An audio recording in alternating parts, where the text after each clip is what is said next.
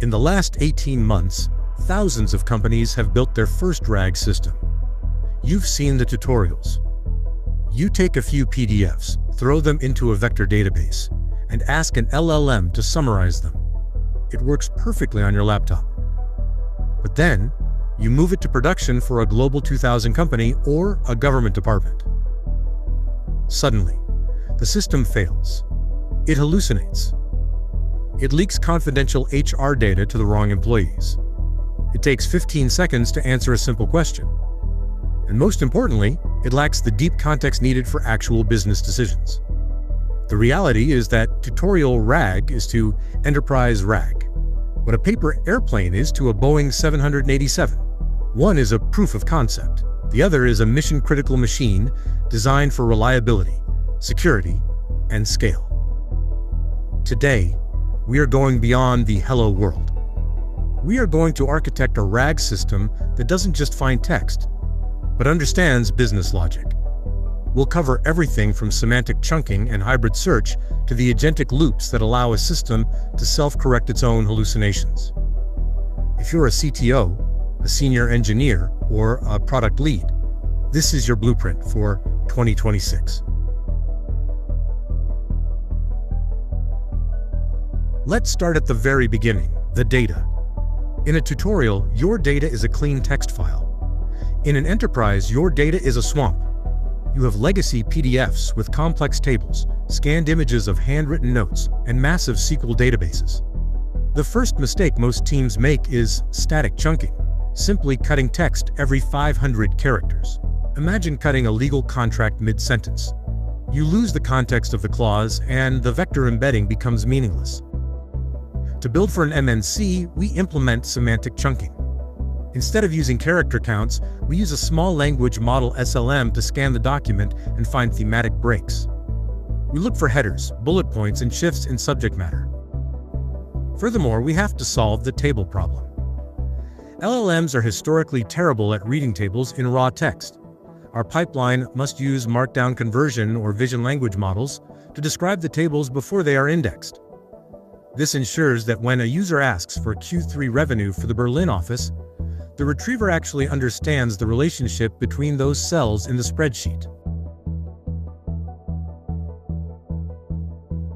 Now let's talk about finding the data. Most people think vector search is the final answer. Vectors are great for finding meaning, like understanding that chef is related to kitchen. But vectors are surprisingly bad at finding specifics.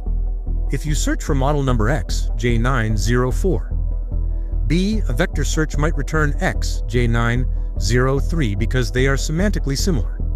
In an enterprise, being close is a failure. This is why we implement hybrid search. We combine vector search dense retrieval with traditional keyword search sparse retrieval using BM25. This allows our system to understand the nuance of a question while still being able to find the exact technical serial number or employee ID. But we can go deeper. For complex organizations, think government or pharma, we are moving toward GraphRAG. We don't just store chunks of text, we store relationships. We map out that person A is the manager of project B, which uses component C. When the LLM retrieves data, it isn't just grabbing a snippet, it's traversing a web of corporate knowledge. This eliminates 70% of hallucinations, because the fact-checking is built into the graph itself.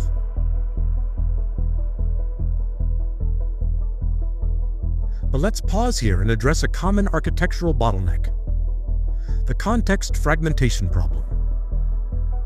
In a standard RAG system, your data is isolated in separate chunks. If chunk A has information about a project, and chunk B has information about the project's manager, the retriever might find A but miss B. This leads to incomplete answers. To solve this for an enterprise scale, we move beyond simple vector search and into multi-vector retrieval. In this pattern, we don't just store the chunk, we store multiple summaries and hypothetical questions for every chunk of data. This allows the retriever to find information even if the user's phrasing is completely different from the source text. Furthermore, we are seeing the rise of GraphRAG. For a global organization, data is a web, not a list. By building a knowledge graph on top of your vector store, the system can reason across documents. It understands that employee X works in Department Y, which owns Budget Z. When an MNC asks for a budget summary, the system isn't just looking for the word budget. It's traversing the relationships in your corporate data web. This adds a layer of relational intelligence that standard RAG simply cannot achieve. Once we have our search results, most developers just shove the top 5 results into the LLM. This is a massive waste of context window and money. Think of your retriever like a wide net fisherman. It brings in a lot of fish, but some of them are trash. In an enterprise system, we introduce a cross-encoder re-ranker. The re-ranker is a specialized AI model that takes the user's question and the retrieved chunks and does a one-on-one comparison. It asks, does this specific paragraph actually answer this specific question? It scores them from 0 to 1. We then discard anything below a 0.7. This ensures the LLM only ever sees high-quality, relevant information. But wait, what if the user's question is bad? Tell me about the policy. Which policy? HR? IT? Travel? We implement a query transformation agent. Before searching, the agent looks at the question and says, "This is too vague." It then uses the user's profile, their department and location, to rewrite the query into a high-precision search string. This is the difference between a system that guesses and a system that assists. Now, how do you prove to your board of directors that this system is actually better than a coin flip? You need a retrieval evaluation rig. In 2026, we don't rely on vibes to test AI. We use frameworks like RAGAS, Retrieval Augmented Generation Assessment, and TruLens. We measure the RAG triad. Context relevance. Of the 10 chunks we retrieved, how many actually contain the answer? If this score is low, your ingestion is broken. Groundedness. Did the AI make up the answer, or did it strictly use the retrieved context? This is our hallucination monitor. Answer relevance. Even if it's true, does it actually help the user? For a government project, we also implement Deep Evolve for CI/CD. This means every time a developer changes a prompt or an embedding model, the system automatically runs 500 test questions to ensure the accuracy hasn't dropped. If the faithfulness score drops below 0.9, the code is automatically blocked from deployment. This shift-left approach to AI quality is what separates professional engineering from experimental hobbyism. There is a silent killer in enterprise AI called embedding drift. Imagine you indexed your company's policy last year using an embedding model. Today, you decide to upgrade to a newer, faster model. If you don't re-index your entire database, your retriever will be speaking 2 different languages. Your old data will become invisible to your new queries. But it's not just the models that drift. It's the data. In a large corporation, documents are updated daily. We call this the freshness gap.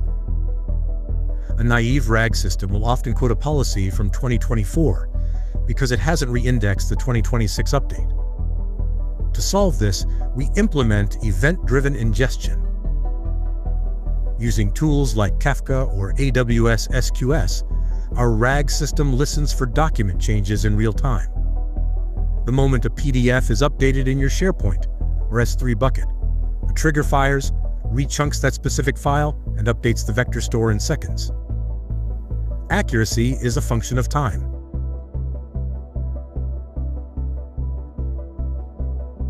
This is the section that matters most to the board of directors and legal teams. If your RAG system accidentally reveals the CEO's salary to a junior developer, your project is over. In an enterprise RAG, we don't just search data. We respect role-based access control (RBAC). Every document in our database has a permission tag. When a user asks a question, the system first checks their identity. If they don't have access to the finance folder, those documents are invisible to the retriever. Additionally, we must address PII redaction. Before data is sent to a cloud-based LLM like OpenAI or Anthropic, we run a local scrubber to redact social security numbers, phone numbers, or private names. For our most sensitive clients, government and defense, we look at sovereign AI.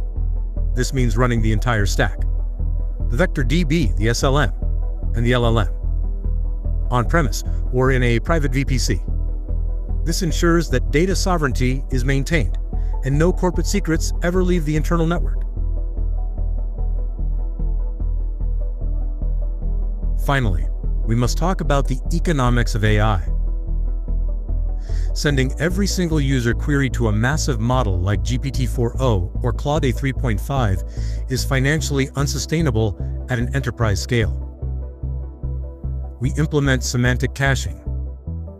Before we ever hit the LLM, we check a cache like Redis to see if a similar question has been asked in the last hour.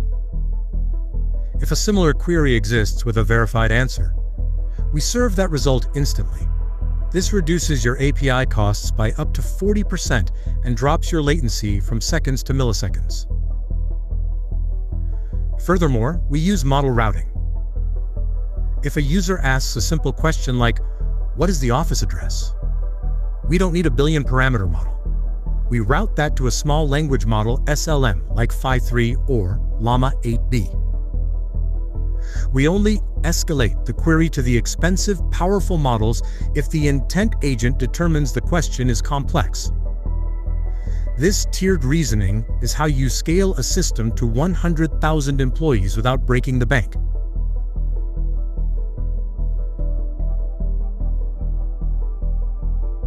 We've covered the ingestion, the hybrid retrieval, the re-ranking, and the security. But the final piece of the puzzle is evaluation. Cannot improve what you cannot measure. We use a framework called RAGAS to score our system on 3 things. Faithfulness. Did the AI stay true to the source? Answer relevancy. Did it actually answer the user? Context precision. Was the retrieved data actually useful? This is the path to a system that an MNC can trust. It's not about the hype, it's about the architecture. I am currently building a complete, hands-on training framework for these exact agentic workflows. We'll be discussing how to implement this in Python, Rust, and within existing enterprise cloud environments in future videos. If you are building the future of your organization's AI, you're in the right place. Subscribe to ThinkMindVerse, and let's move from chatbots to architectures. I'll see you in the next deep dive.